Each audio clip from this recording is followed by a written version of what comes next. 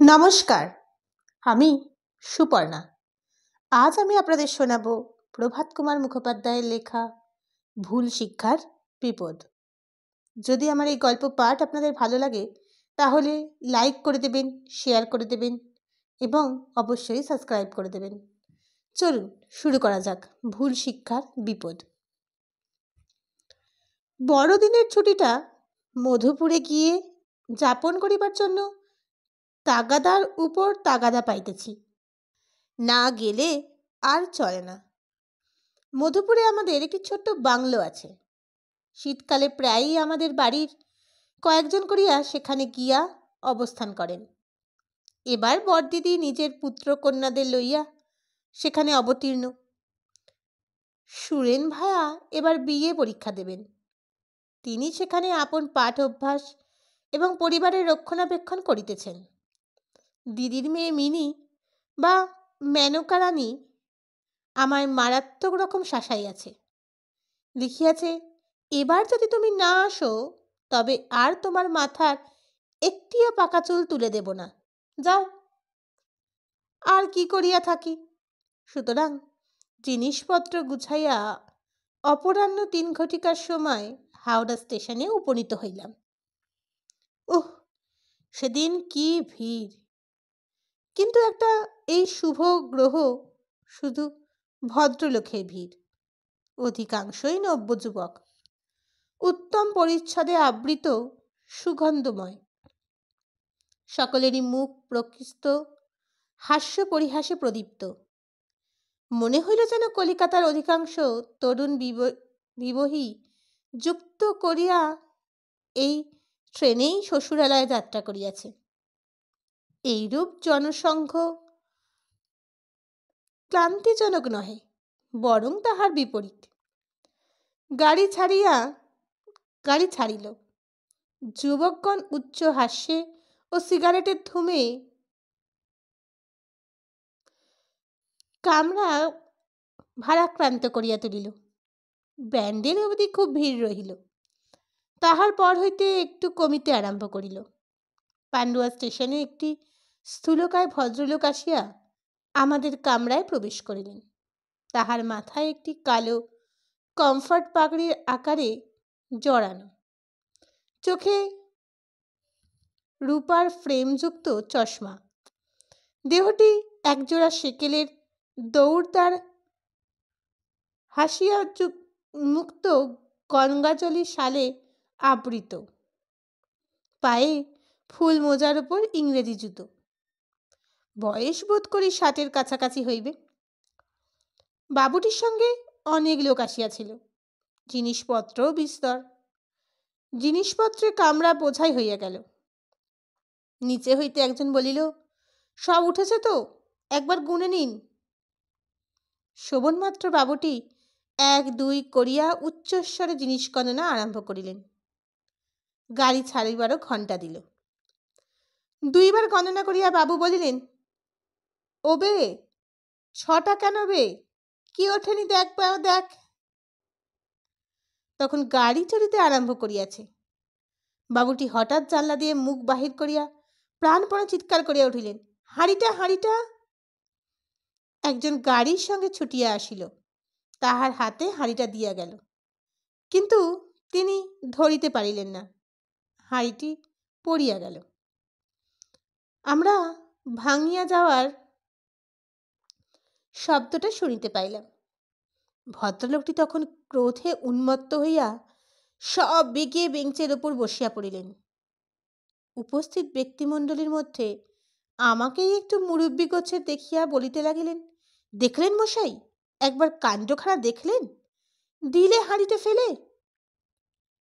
আমি লোকটার এই নালিশে অত্যন্ত আমোদ অনুভব করিলাম। কষ্টে হাসি চাপিয়া বলিলাম, কি ছিল হাঁড়িতে? মশাই, খাবার ছিল, 1 হাঁড়ি খাবার ছিল, 2 টাকার মাল, গেল প্ল্যাটফর্মের পরের ধুলোয় মাখামাখি হয়ে, ভোগ হলো না।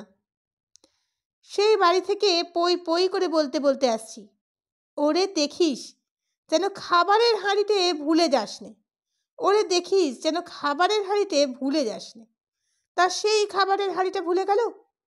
এক হাঁড়ি খাবার মশাই ভোগে এলো না। আমি আবার বাজারের খাবারগুলো খাই নাকি না, ও আমার আদৌ সহ্য হয় না। আমি যেখানে যাই নিজের খাবার নিজের সঙ্গে করে নিয়ে যাই। আমার পিসিমা আজ ভোর 5টার সময় উঠে লুচি ভাজতে বসেছেন। এখানে বাবুটি আঙ্গুল গণিতে আরম্ভ করিল। লুচি ছিল, কচুরি ছিল, আলু ভাজা ছিল, বেগুন ভাজা ছিল, মোহনভোগ ছিল, মোগলাইনের গোল্লা ছিল, আধ সের। মোল্লাইনের গোল্লা খেয়েছেন কখনো? বক্তৃতা আরম্ভ হইতে সহযাত্রী যুবকগণ মুখ টিপিয়া হাসিতেছিল। এই প্রশ্নে হা হা করিয়া হাসিয়া ফেলল। আমি যথোচিত গাম্ভীর্য সহকারে বলিলাম, কই, মনে তো পড়ে না। বাবুটি বলিলেন, তাহলে খাওনি, খেলে মনে থাকতো, সে ভোলবার জিনিস নয়। আমি বলিলাম, খুব সম্ভব। মোল্লাইনের গোল্লার নাম ডাক শোনেননি? না, ও বিষয়ে বড় চর্চা রাখিনি। কোথা থেকে আসছো? কলকাতা। নিবাস? কলকাতা। ও, নিতান্ত ক্যালকেশিয়ান তুমি। আচ্ছা, মোল্লাইনের গোল্লার একটা গল্প বলি শোনো। দাঁড়াও, তামাক এক ছিলেন সেজে নি। এই বলিয়া তিনি তামাক সাজিতে লাগিলেন। এতকাল রেলপথে যাতায়াত করিতেছি, এমন অদ্ভুত মনুষ্যের সঙ্গে কখনো সাক্ষাৎ হয় নাই। হায় হায়, এমন বক্তা বঙ্গীয় রাজনীতি ক্ষেত্রে স্থান পাইল না। মনে করিলাম একটা বড় সুবিধা হইয়াছে। মধুপুর ট্রেনটা পৌঁছে অতি বিশ্রীর সময়, ঠিক ঘুমের সময়। ঘুমাইয়া পড়িলে মধুপুর ছাড়িয়া যাওয়ার আশঙ্কা। এই বাগ্মীবরের কল্যাণে জাগিয়া থাকিতে পারিব। নিদ্রাদেবী দূরে থাকিয়া নিজ মান রক্ষা করিবেন। তামাক সাজিতে সাজিতে বৃদ্ধ বলিলেন, বাবুর নাম? মহানন্দ চট্টোপাধ্যায়। আমার নাম শ্রী মদন গোপাল দেব শর্মা মুখোপাধ্যায়। নিবাস মোল্লাইনের নিকট ইলছোবা গ্রাম, জেলা বর্ধমান। যজ্ঞেশ্বর পণ্ডিতের সন্তান আমরা, নৈকস্য কুলীন। যজ্ঞেশ্বর পণ্ডিতের 7 পুত্র ছিলেন। যজ্ঞেশ্বরের সুত 7, শঙ্কর জানকীনাথ। আমরা সেই শঙ্কর জানকীনাথের সন্তান। এই বক্তৃতাটি এত সংক্ষিপ্ত হইল, তাহার কারণ মদন গোপাল বাবু কলিকায় ফু দিতে আরম্ভ করিলেন। তাহার মুখ ভাব কিঞ্চিত পূর্বে করুণাভাবাপন্ন ছিল। তাহার কারণ বোধ হয় সদ্যপ্রাপ্ত সন্দেশের শোক, এবং বরং একটু গর্বিতই দেখাতে লাগিল। তাহা বোধ হয় কুলগৌরবের স্মৃতিজনিত। যা হোক, আমি পরম কৌতুকের সহিত লোকটির পানে চাহিয়া লাগিলাম। গাড়িও বর্ধমানে পৌঁছিল। আমার চুরুট ফুরাইয়াছিল। নামিয়া কেনবাতে গেলাম চুরুট কিনিতে। যতক্ষণ গাড়ি ছাড়িবার শেষ ঘন্টা না হইল, ততক্ষণ প্ল্যাটফর্মের ওপর পায়চারি করিয়া বেড়াইতে লাগিলাম। গাড়ি ছাড়িলে দেখিলাম আর সকলে নামিয়া গিয়াছে, শুধু আমরা দুজনে আছি। মদন গোপাল বাবু আমার প্রতি নেত্রপাত করিয়া বলিলেন, তারপর সদানন্দ বাবু? আমি বাধা দিয়া বলিলাম, আগে আমার নাম মহানন্দ। ও, ঠিক ঠিক। মহানন্দ বাবু, কত দূর যাওয়া হবে? মধুপুর। আমি যাব কাশী। তুমি তো এখনই পৌঁছে যাবে হে। 2 ঘন্টা কি 3 ঘন্টা জোর। আমায় যেতে হবে আজ সমস্ত রাত, কাল সমস্ত দিন। তাই তো বলছি কি না, এই সমস্ত রাত সমস্ত দিন যে গাড়িতে কাটবে, কি খেয়ে প্রাণ ধারণ করি। কাল সন্ধেবেলা কাশী পৌঁছে যাব। এখন কাশীতে আমার মা ঠাকুরন রয়েছেন কিনা। আজ 3 বৎসর তিনি কাশীবাসী। বৃদ্ধ হয়েছেন, বয়স 70 বৎসরের উপর হয়েছে। এখনো প্রত্যহ ভোরে উঠে দশামেধ ঘাটকিয়ে স্নান করে আসেন। কি শীত, কি গ্রীষ্ম, কি বর্ষা, কি বাদল। গত ভাদ্র মাস থেকে একটু একটু খুসখুস করে জ্বর হচ্ছে শুনেছি। তাই একবার ভাবলাম দেখে আসি। আছেন ভালো জায়গাতেই, কোনো চিন্তার কারণ নেই। তবে কিনা কানে শুনে সন্তান হয়ে কি আর চুপ করে থাক বলুন? আমার গুরুদেবের মধ্যম পুত্রটি কাশীর কলেজের অধ্যাপক, সপরিবারে থাকেন সেখানে। সেখানেই আমার মা ঠাকুরকে রেখে দিয়েছি। গুরুপুত্রটি অতি উপযুক্ত লোক, নেই তার সমকক্ষ কাশীতে নেই বললেই হয়। আমারই বয়স, একত্র খেলা করতাম সেই অল্প বয়স থেকেই। বুদ্ধির সূক্ষ্মতা দেখা গিয়েছিল। আমি বলিলাম, মশাই চুরুট খান কি? চুরুট খাই কখনো কখনো। ছেলেবেলায় যখন কলকাতায় ছিলাম, ইংরেজি পড়তাম, তখন খুবই খেতাম। তখন তোমাদের ওই বার্টসাই ফাটসন ওঠেনি, ভালো চুরুট। আমি বললাম, মন্দ নয়, দেখুন না। বলিয়া আমার সিগার কেস খুলিয়া তাহার সম্মুখে ধরিলাম। তিনি একটি চুরুট লইয়া ধরাইয়া লইলেন, আমিও একটি ধরাইলাম। গাড়ি তখন রানীগঞ্জ পার হইয়াছে। দুধারে অনেক কয়লা খনি, স্থানে স্থানে স্তূপাকারে কয়লা আগুন ধরাইয়া দিয়াছে। খুব আলো হইয়াছে। কাছে খোলা ইট সাজাইয়া অস্থায়ী ঘর নির্মাণ করিয়া কুলিরা বসিয়া আছে। কেউ বা খাদ্য পাক করিতেছে। আমারও ক্ষুধা পাইয়াছিল। ভাবিলাম এই বেলা কিছু খাইয়া লই। সঙ্গে আমার টিফিন বাক্স ছিল, তাহাতে বাড়ি হইতে খাবার আনিয়াছিলাম। মদন গোপালবাবু জিনিসপত্র সরাইয়া কষ্টে টিফিন বাক্স বাহির করিলাম। ভাবিলাম আমি আহার করিব আর আমার এই সহযাত্রী অভুক্ত থাকিবেন। অথচ যদি আহ্বান করি তবে খাইবেন কি না তাহারও স্থিরতা নেই, কারণ আমার এই জিনিসগুলি ঠিক হিন্দু ধর্মসঙ্গত নহে। ভাবিয়া চিন্তা স্থির করিলাম, বলিয়াই দেখি, খান উত্তম, না খান কি করা যাইবে। টিফিন বাক্সটি বেঞ্চের উপর তুলিয়া খুলিয়া বলিলাম, মদনবাবু, আপনি খাবার যা এনেছিলেন তা তো গেল, আমার সঙ্গে কিছু খাবার রয়েছে। যদি আপত্তি না থাকে আপনার তবে দুজনে খাওয়া যায়। মদনবাবু আমার বাস্কেটের প্রতি উৎসুকপূর্ণ নেত্রপাত করিয়া বলিলেন, কি আছে তোমার ওতে? আমি আঙুল না গনিয়া বলিলাম, রুটি আছে, ডিম আছে, 2-3 রকম মাংস আছে, মাটন টাখন আছে, মাখন টাখন আছে। হিন্দু মাংস, হোটেলের নয় তো? মাংস হিন্দু, আমার বাড়ির ব্রাহ্মণের পাক করা, শুধু রুটিটি হোটেলের, নইলে আর সব জিনিসই বিশুদ্ধ হিন্দু মতে তৈরি। মদনবাবু বললেন, তা হোক, হোটেলের রুটিতে আপত্তি নেই। যখন কলকাতায় ছিলাম, ইংরেজি পড়তাম, তখন হোটেলের রুটি ঢের খেয়েছি। কত কি খেয়েছি সেসব দিনে, ছাত্র সমাজ ভারী উচ্ছৃঙ্খল ছিল বলিয়া তিনি হাস্য করিতে লাগিলেন। আমি আর বাক্য ব্যয় না করিয়া মাংসাদি বাহির করিয়া প্লেট সাজাইলাম। জিজ্ঞাসা করিলাম, ছুরি কাটা ব্যবহার করেন কি? না ভাই, ও সব পোষাবে না, দাও হাতে করেই খাই। খাইতে খাইতে মদন গোপালবাবু হিন্দু ধর্ম বিষয়ক এক বক্তৃতা আরম্ভ করিলেন। তাহার সারমত এই যে মুসলমান হাতে খাইতে নাই, এ কথা শাস্ত্রে পাওয়াই যাইতে পারে না। কারণ শাস্ত্র যখন তৈয়ার হয়েছিল তখন মুসলমান জন্মগ্রহণই করে নাই। তাহারা যখন আসিয়াছে, তাহাদের ওপর অত্যাচার উৎপীড়ন আরম্ভ করিল, তখনই আমরা তাহাদের প্রতি বিদ্বেষবশত এই প্রকার লোকাচারের প্রত্যাবর্তন করিলাম। মাংস ফুরাইলে মদন মোহন বাবুকে বলিলাম, রুটি আরও রয়েছে, মাখন আছে, জ্যাম আছে, মামলেট আছে, কি নেবেন? মদন গোপালবাবু বললেন, মামলেট? মামলেট? মামলেটটাও তো খেয়ে দেখি, কখনো খাইনি। দিলাম। আহারান্তে গিলাসে জল লইয়া জানলার বাহিরে তিনি হাত মুখ ধুইয়া ফেলিলেন।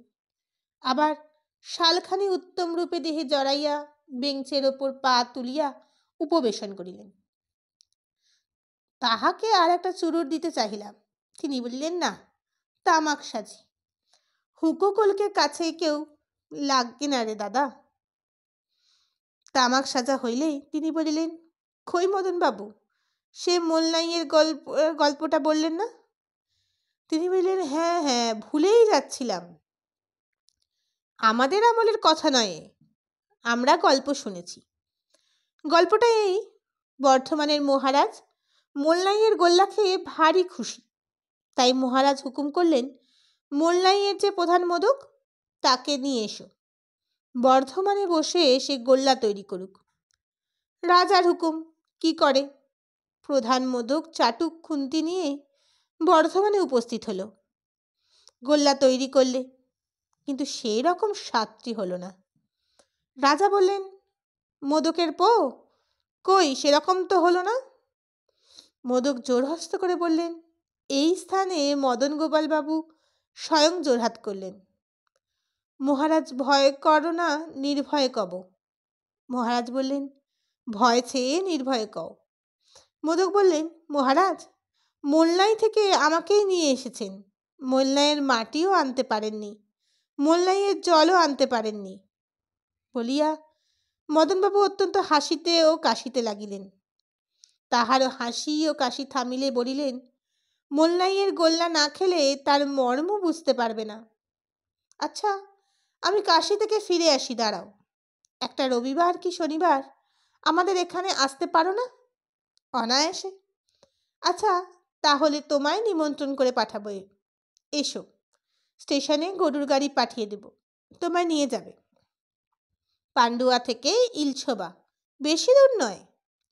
মোলনাইয়ের গোল্লা খাইয়ে দেব, আর আমাদের দেশি মামলেডও খাইয়ে দেব। আমি আশ্চর্য হইয়া বলিলাম, দেশি মামলেড হয় নাকি?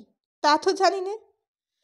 মদন গোপালবাবু হাসিয়া বলিলেন, আহ, তুমি নিতান্ত একেবারে ক্যালকেশিয়ান, খালের বাইরে আর কোনো খবর রাখো না।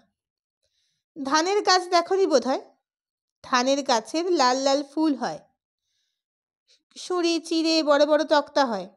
বলিয়া তিনি পুনশ্চ হাসিতে ও কাশিতে আরম্ভ করিলেন। এটি সুস্থ হইয়া বলিলেন, মামলেট বেলের মোরব্বা গো। কেন, কলকাতাতেও তো পাওয়া যায়। আমি চুরুটে একটা লম্বা টান দিয়ে বলিলাম, মাফ করবেন, মামলেটের বেলের সঙ্গে কোনো সম্পর্ক নেই। কি? মামলেটের সঙ্গে বেলের কোনো সম্পর্ক নেই? কেন?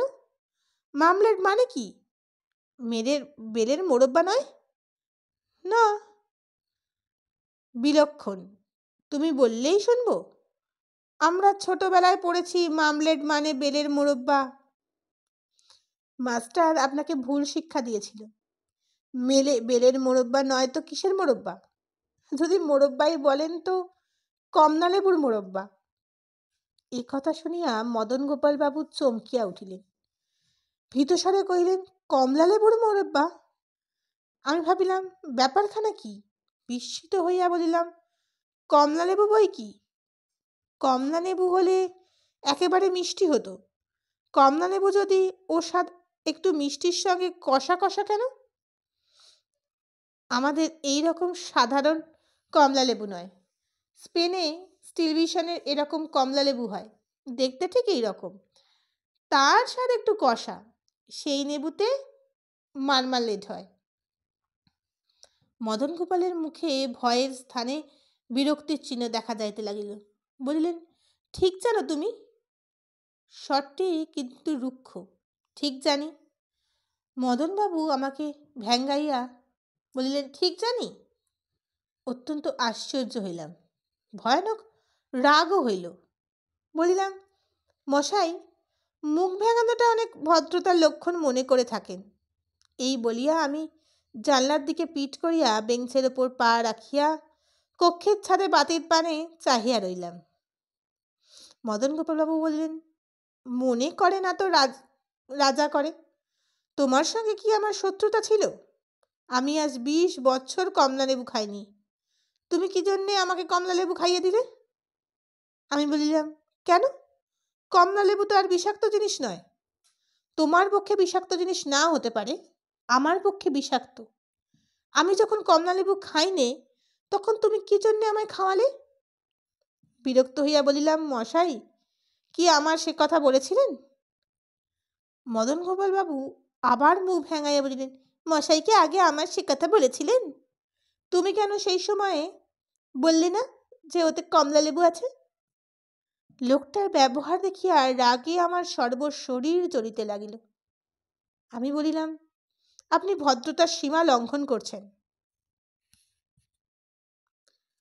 যাও যাও, ঢের দেখেছি তোমার মতো কলকাতার বাবু, সীমা লঙ্ঘন করছেন। ভদ্রতা শিক্ষা দিতে এসেছেন? ছুরি কাটা দিয়ে মাংস খেতে জানলেই ভদ্রলোক হয় না? একজন নিরীহ ব্যক্তি যা খায় না তাকে তাই খাইয়ে দেওয়া খুব ভদ্রতা? আমি বলিলাম, খিদে মরছিলেন, নিজের খাবার থেকে খেতে দিলাম, বেশ প্রতিফল তার। খিদে মরছিলাম বই কি, তোমার কাছে কেঁদে পড়েছিলাম খাবার জন্যে? বিরক্ত হইয়া বলিলাম, যা ইচ্ছে হয় বলুন। বলিয়া আমি কম্বলে মুড়ি দিয়া পেঁচে শুইয়া পড়িলাম। বাবুটি অনর্গল বকিয়া যাইতে লাগিলেন। ক্রমে তাহার স্বর নরম হইয়া আসিতে লাগিল। পান্ডুয়া স্টেশনে খাবারের হাঁড়ির লোকসানের শোক নতুন করিয়া উতলিয়া উঠিল।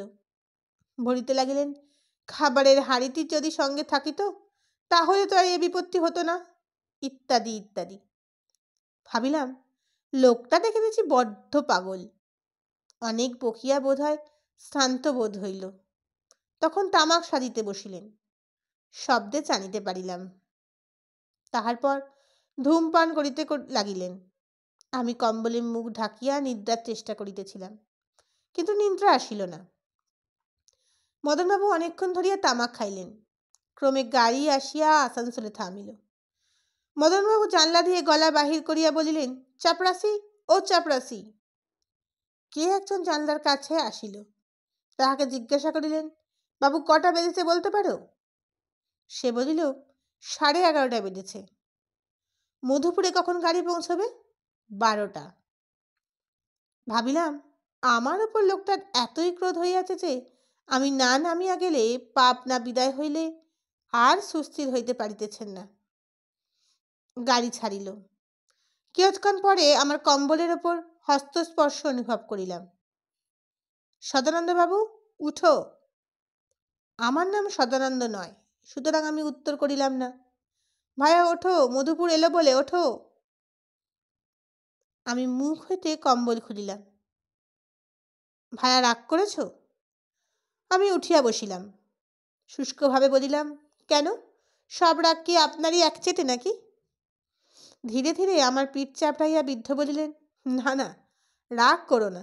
বুড়ো মানুষ যদি দুটো কথা বলেই থাকি তাতে কি আর রাগ করতে হয়? হঠাৎ মেজাজটা গরম হয়ে উঠেছিল। সব দোষটাই তোমায় বলে মনে হয়েছিল, আমায় মাফ করো। ভাবলাম, মনুষ্যচরিত এরকমই বটে। এখন বলিতেছেন সব দোষই তোমার বলে মনে হইয়াছিল, অর্থাৎ এখন মনে এই বিশ্বাস হইয়াছে যে সবটা না হোক অন্তত কিছু দোষ আমার তাহাতে সন্দেহ নাই। কিন্তু বৃদ্ধেশ্বর এমন কোমল ও করুণাপূর্ণ যে তাহার প্রতি পূর্ব বিরাগ তখন আমি মন হইতে বিদূরিত করিয়া ফেলিলাম। ক্ষমাসূচক হাস্য করিলাম। মদনবাবু বলিলেন, কমলা লেবু আমি কেন খাইনে তা যদি তোমায় খুলে বলি তো তুমি বুঝতে পারবে। মদনবাবু চক্ষু যেন কালিমাময়। একটু বসিয়া বলিলেন, শুনবে? তাহার স্বর অত্যন্ত নিচু। তিনি আরম্ভ করিলেন, যে সে 20 বছরের কথা, আমি একটা মানুষ খুন করেছিলাম। আমি শিহরিয়া উঠিলাম। বললাম, মানুষ খুন? খুন বই কি, সে খুনই বলতে হবে। শোনো, 2রা মাঘ আমার বড় মেয়ের বিয়ে দেব বলে পৌষের শেষে কলকাতায় গিয়েছিলাম বাজার করতে। একটা মেসের বাজারে গিয়ে উঠেছিলাম। সেখানে সব কলেজের ছেলেরা থাকতো। কোন ঘরে জায়গা ছিল না, শুধু একটি ঘরে জায়গা ছিল। সে ঘরে একজন চুপবগি পড়েছিল, আর তার শালাও সেই ঘরে থাকতো। ভগ্নিপতির নাম কেদার, শালার নাম প্রবোধ। ভগ্নিপতি বাঙাল, বয়স 20-22 হবে। প্রবোধ তার চেয়ে 2-3 বছরের ছোট ছিল। প্রবোধ কলেজ কামাই করে ভগ্নিপতির খুব সেবা করত। ঘন্টায় ঘন্টায় ওষুধ খাওয়ানো, তাপ নেওয়া, মাথায় হাত বুলোনো, পায়ে হাত বুলোনো, রাত্রে 2-3 বার করে উঠত। কদিন ছোকরা খুব লুটোপুটি খেয়ে একদিন কতটা সুস্থ হলো, জ্বর অনেকটা কম দেখা গেল। আমি সেদিন সন্ধ্যাবেলা বাড়ি যাব। সকালে মাধববাবু বাজার থেকে ভালো দেখে 100টা কমলা লেবু কিনে আনলাম। প্রবোধকে জিজ্ঞাসা করলাম, রুগী মানুষ, এ ঘরে নেবুগুলো? প্রবোধ বললেন, পাগল হয়েছেন? তা কোনো চিন্তা নেই, স্বচ্ছন্দে রাখুন। রেখে আমি আবার বাজার করতে গেলাম। প্রবোধের ভগ্নিপতি একটু ভালো আছে দেখে কদিনের পর কলেজে গেল। সন্ধেবেলা বাসায় এসে দেখি সর্বনাশ হয়েছে। আর কি, একা ঘরে লোভ না সামলাতে পেরে কেদার 17টা নেবু খেয়েছে। জ্বর একেবারে বিকারে দাঁড়িয়েছে। বাড়ি যাওয়া ঘুচে গেল, রোগীর সেবা করতে বসলাম। মেয়ের বিয়ের টাকা ভেঙে ভালো ভালো ডাক্তার আনলাম। কলকাতার সাহেব যতদূর যা হতে পারে কিছু ত্রুটি করলাম না। অনাহারে অনিদ্রায় বসে 3 দিন শুশ্রূষা করলাম, কিন্তু কিছুতেই বাঁচাতে পারলাম না বলিয়া বৃদ্ধ চুপ করিলেন।